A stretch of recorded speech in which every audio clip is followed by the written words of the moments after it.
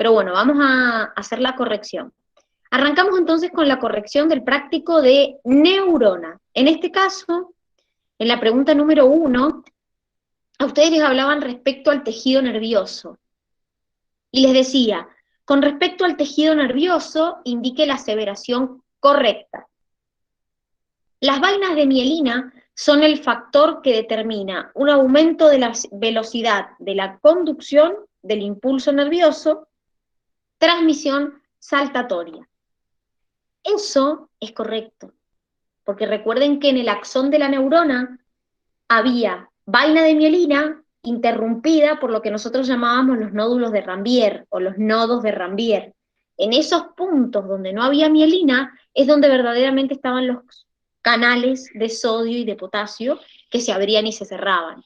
Entonces, el impulso nervioso, al tener una transmisión saltatoria, es más rápido. Y esa transmisión saltatoria se debe a la mielina que está cubriendo el axón, pero por tramos. La B me dice, el axón se arboriza en forma proximal al cuerpo neuronal. Acuérdense el concepto proximal distal, que lo vieron en la unidad que rindieron ayer.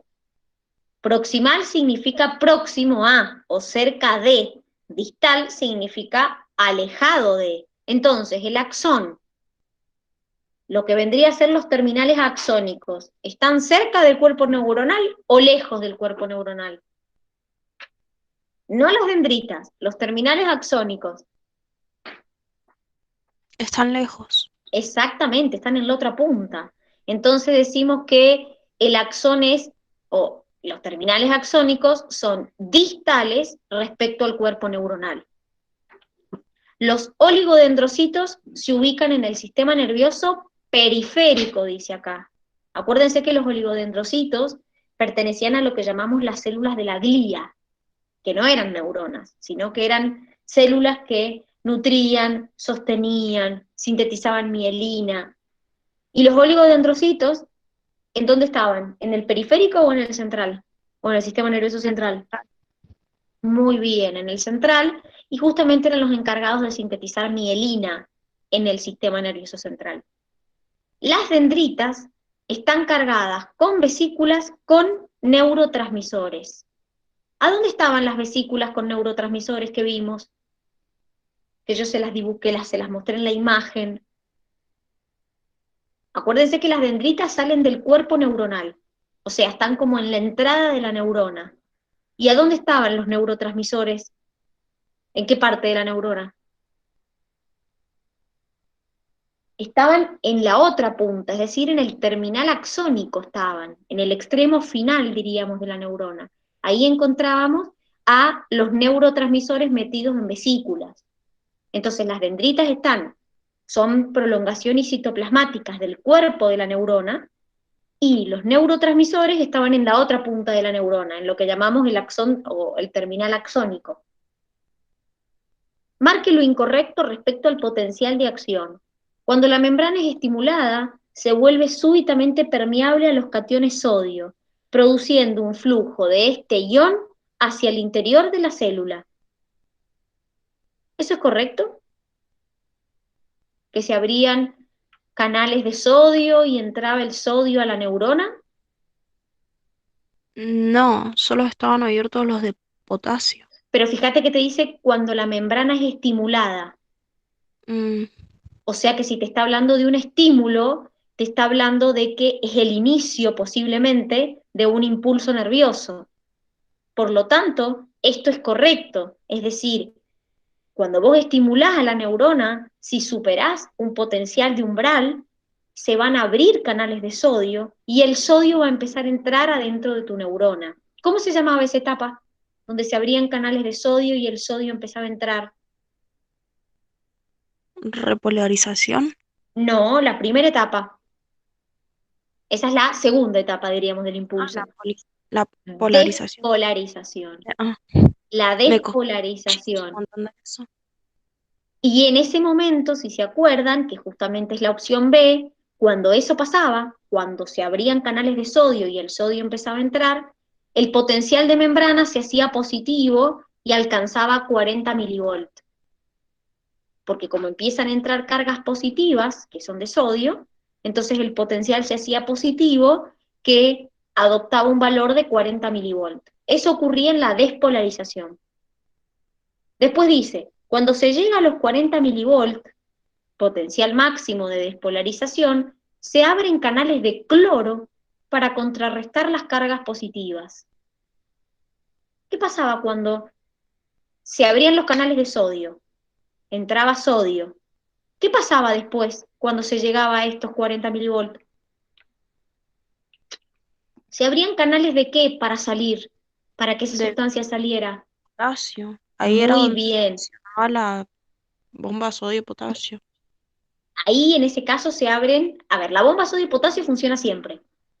En ese caso son canales de potasio dependientes de voltaje. Eso quiere decir que son canales que se van a abrir solamente cuando el voltaje cambie.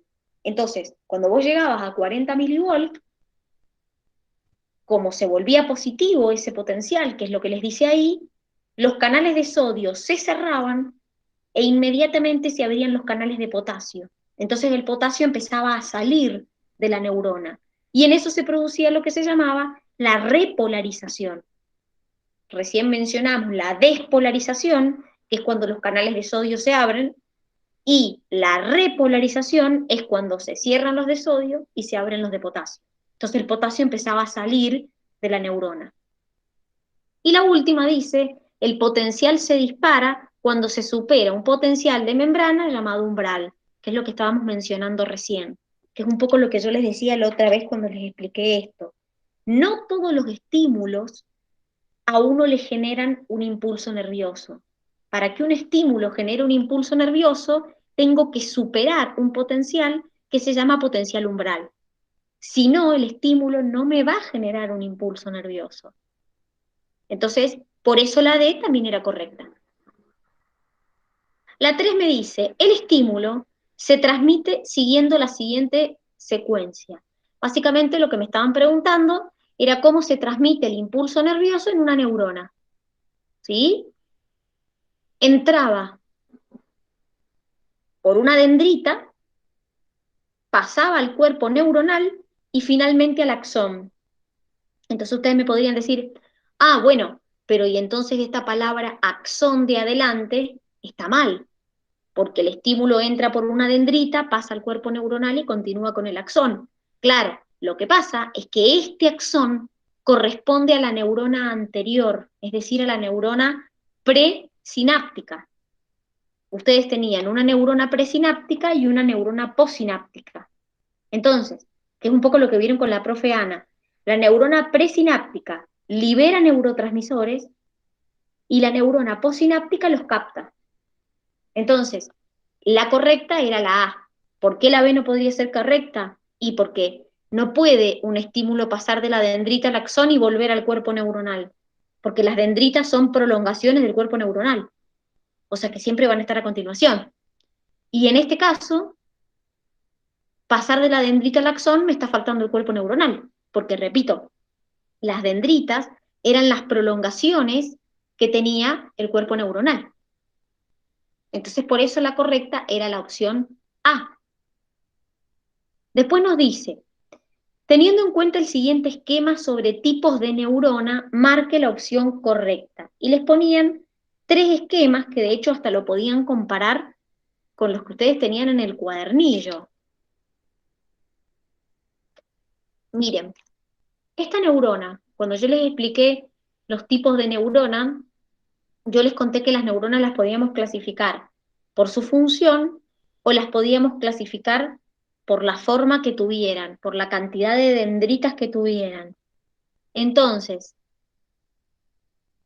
esta neurona que tenía muchas prolongaciones, así, muchas dendritas, ¿cómo se llamaba? La B. A ver si se Son acuerdan. las motoras o las de proyección. Pero ¿cómo se llamaban según la forma? ¿Unipolar, pseudounipolar o multipolar? No, eran las multipolares. Muy bien, perfecto. Esta, si ustedes se fijan, tiene el cuerpo, el axón y una sola neurona o una sola dendrita, mejor dicho, que sale en el lado opuesto al axón. No tiene muchas prolongaciones como tiene esta. ¿Cómo se llamaba cuando tenía esta sola prolongación en el lado opuesto al axón? Bipolar. Muy bien. Y esta, si se fijan, yo tenía el cuerpo celular en el medio y tenía una rama de la neurona hacia un lado, una rama de la neurona hacia el otro. Esta era la típica neurona pseudo unipolar. Entonces, en base a eso, me daban las opciones.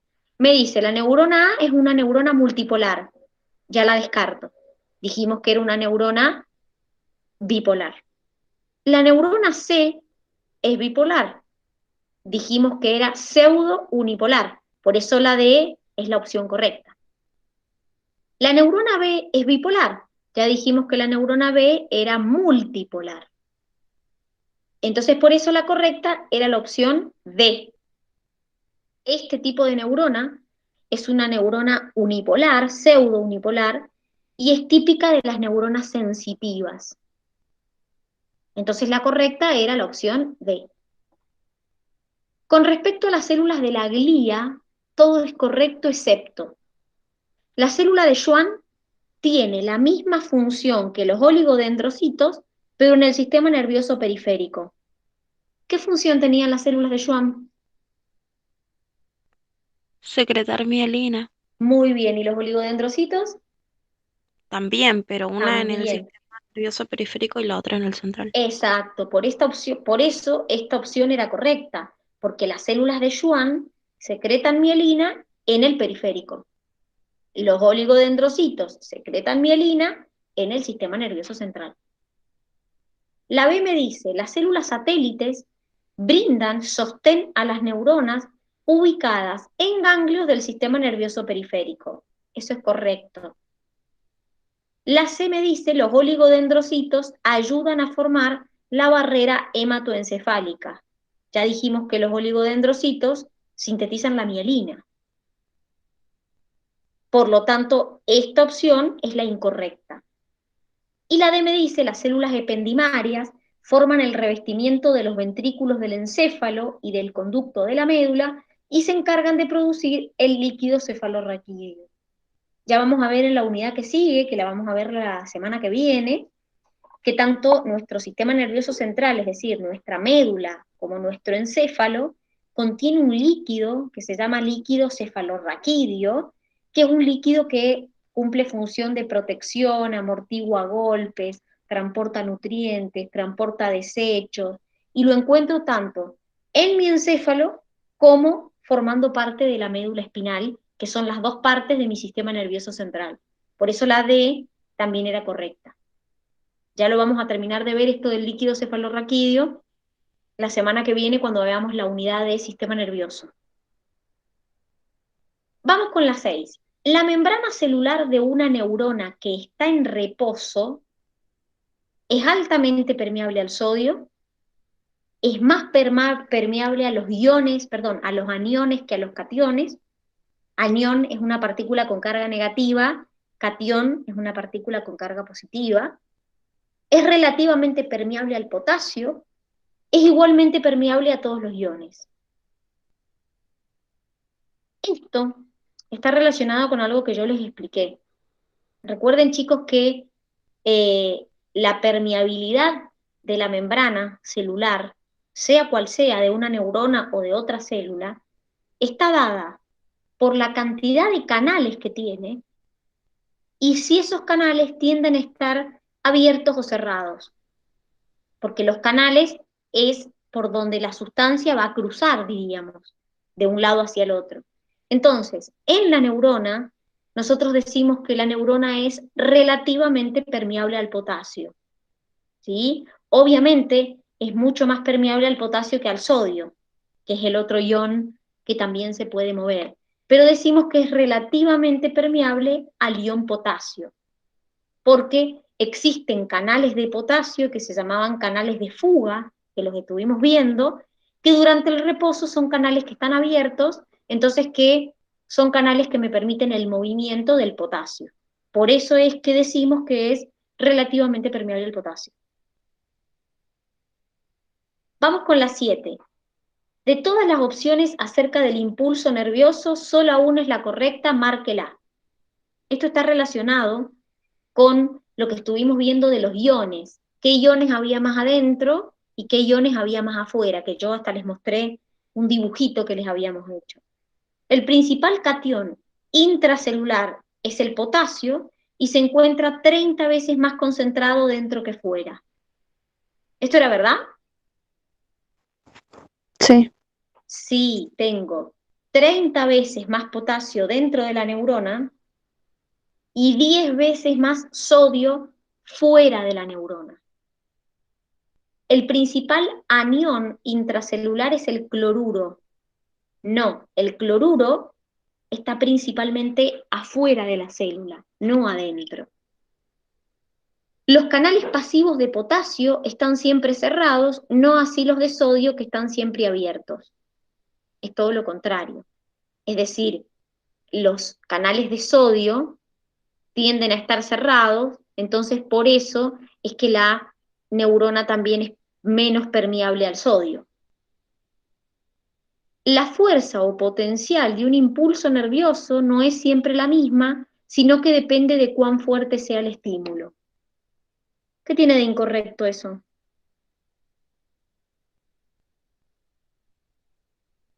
¿Un impulso nervioso siempre tiene la misma intensidad o depende del estímulo?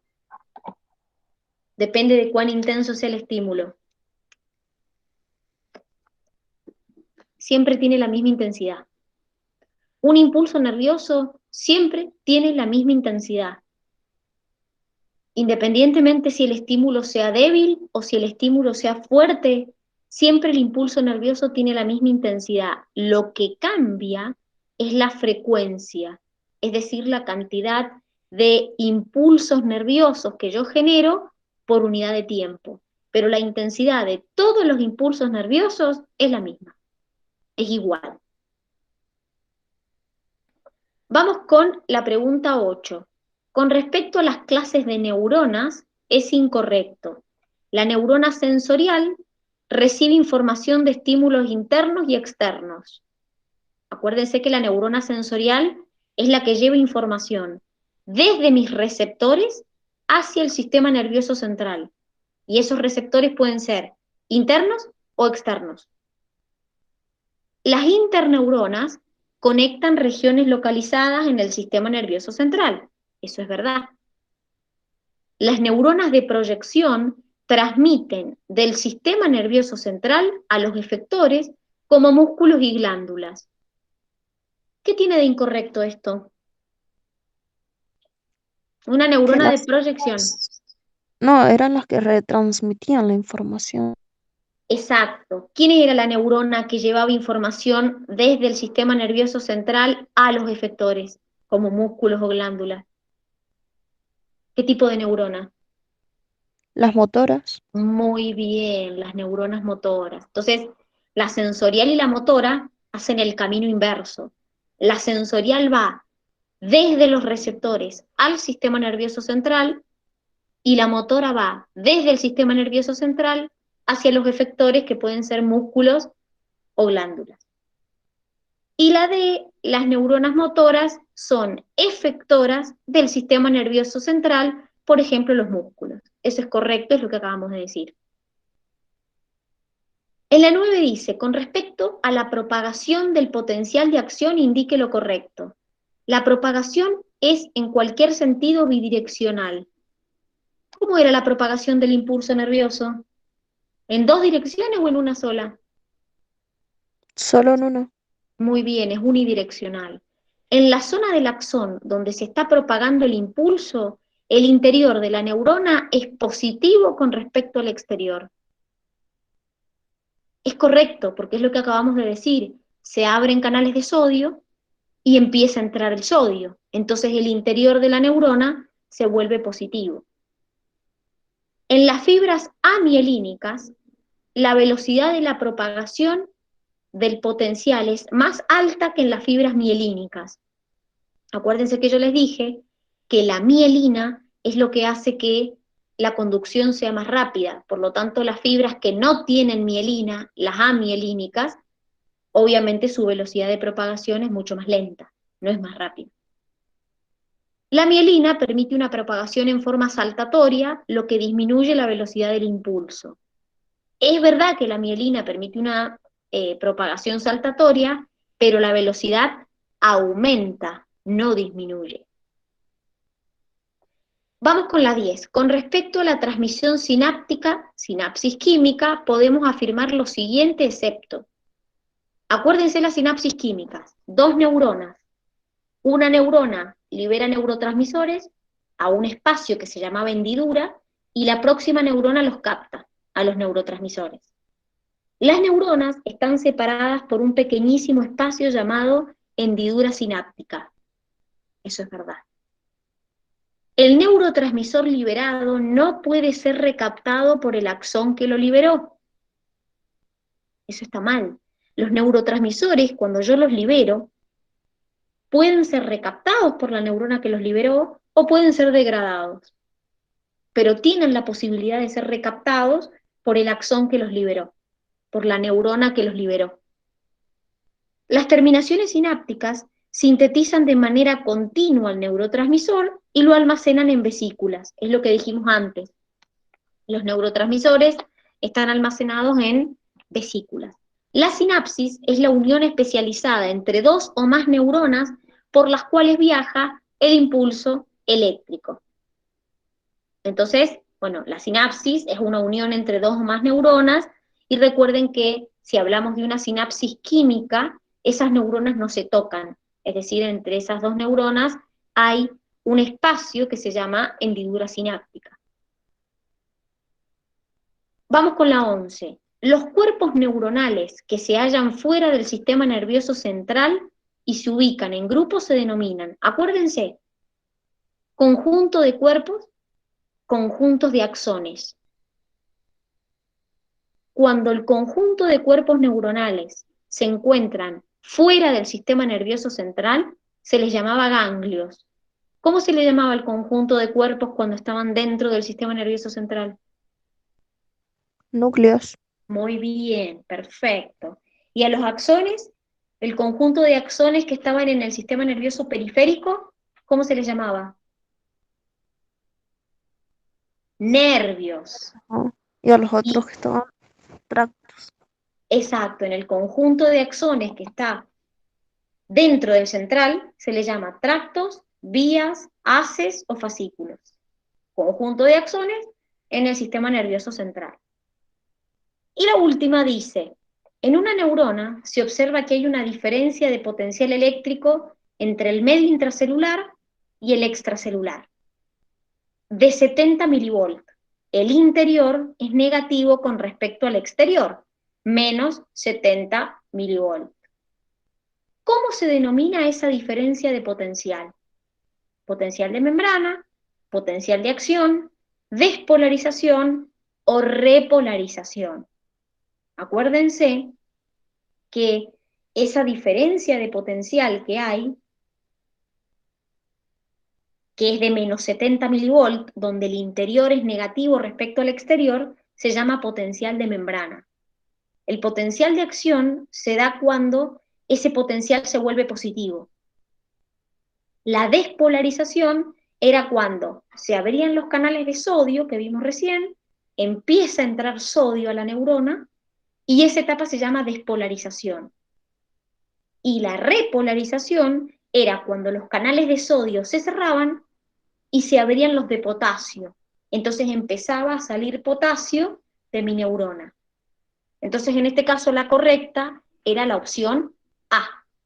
Esa diferencia entre el interior y el exterior de la neurona se llama potencial de membrana y es negativo, porque en el interior de la neurona es negativo respecto al exterior. ¿Se ha entendido? Sí, profe. ¿Ha quedado alguna duda de lo que hemos visto del TP? No, yo no. Bien, bueno, miren, vamos a llegar hasta acá con la corrección del TP. Ustedes la semana que viene van a ver sistema nervioso, así que por favor vayan descargándoselo a esa unidad. Ya está subida, así que ya se la pueden ir descargando. y traten de ir leyendo las unidades, porque el próximo examen que ustedes van a rendir es de neurona y sistema nervioso. Entonces, no se atrasen con la lectura, no se atrasen con los resúmenes, porque sistema nervioso también es una unidad sumamente importante. Y van a rendir esta de neurona y la de sistema nervioso juntos. Entonces, no se atrasen con los resúmenes ni tampoco con los prácticos, porque después se empiezan como a acumular muchas unidades juntas. Así que llegamos hasta acá entonces con la corrección del trabajo práctico de neurona y nos vemos la semana que viene. Que tengan lindo fin de semana. Chau, chau. Nos vemos. Chau, chau. Nos vemos. Chau, chau.